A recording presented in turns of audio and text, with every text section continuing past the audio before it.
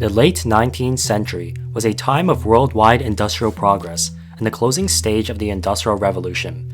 A new era was upon the world after its many social, economic, and political improvements. Yet Imperial China trailed this pursuit and remained undeveloped. Having fallen from its grace of being the epicenter of world trade and culture, 19th century China was a nation torn by rebellions and belittled by foreign powers. The nation's 19th century struggles can be pinpointed on its losses to Western imperialism and its failure to modernize in an ever-changing world. Knowing that the imperial government would not embrace any change that threatened their status as leaders, the Shanghai revolutionaries sought to reform the country as a whole by introducing Western government institutions, along with the notions of nationalism and democracy, to a land accustomed to traditionalist thinking.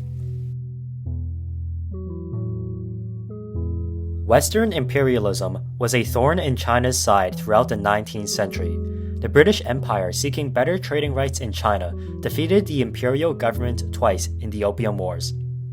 A successive defeat to Japan in the First Sino-Japanese War brought immense shame to the nation after they were forced to cede territory and pay tribute to a country significantly smaller in size and population. The Qing began to seriously attempt modernization with the 100 Days Reform. However, this attempt abruptly came to a halt following a conservative coup led by Dowager CZ, who feared such reform would oust the royal family from power.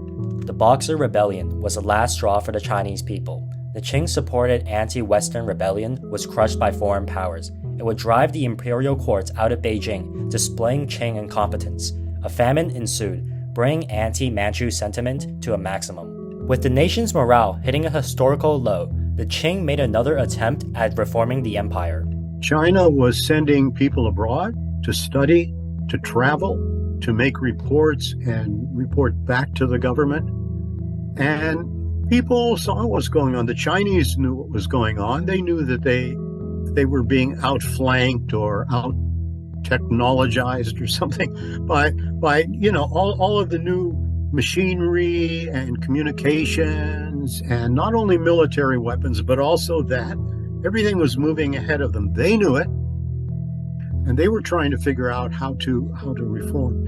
And so even within the Qing dynasty, in the last years of that dynasty, there were a lot of reforms, and there were reforms tried and reforms proposed. Although unsuccessful in preserving Manchu rule, the late Qing reforms founded many of the institutions which aided the revolutionaries in modernizing China. Institutions such as the Chinese Parliament became important political platforms for the revolutionaries. The reformed new army became the driving force behind overthrowing Manchu rule. Opinions of local leaders were swayed against Qing rule due to nationalism, natural rights, and democracy. These revolutionary ideas were introduced through the late Qing reforms. A prominent figure arose during this tumultuous period of Chinese history.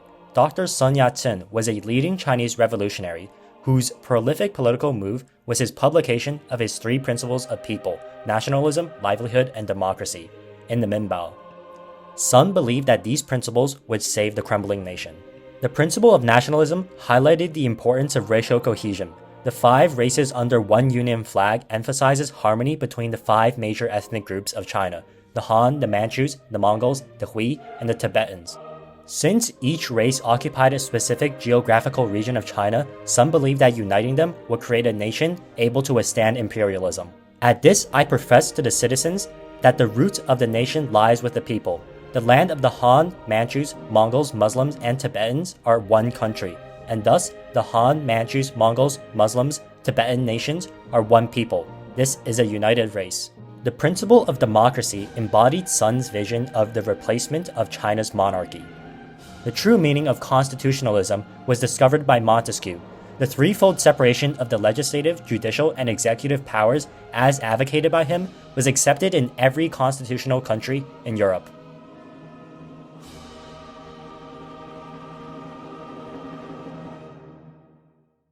Sun introduced 2 of his own branches of government, the censorate and the imperial examination branch, which preserved traditional Chinese institutions. These branches, along with Montesquieu's branches, formed Sun's 5-branch government. the principle of livelihood loosely translated into the economic system that Sun wished to employ in China. The system known as the equal land rights aimed to solve the problems of Western capitalism while also distinguishing itself from socialism. In this system, the state buys land from landlords at a fixed price. After a period of time, the increased value of the land would be taken by the government, which would use the money to buy land to be redistributed among the public.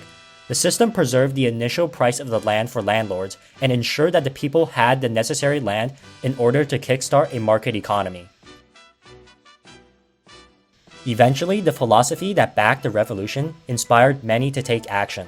In 1911, the Qing government seized control of the privately owned Hukuang Railroad and sold its profits to foreign banks. This enraged the shareholders of the company, inspiring riots in Chengdu. During the chaos, the Qing discovered the Wuhan Army's plan to overthrow the Manchu government.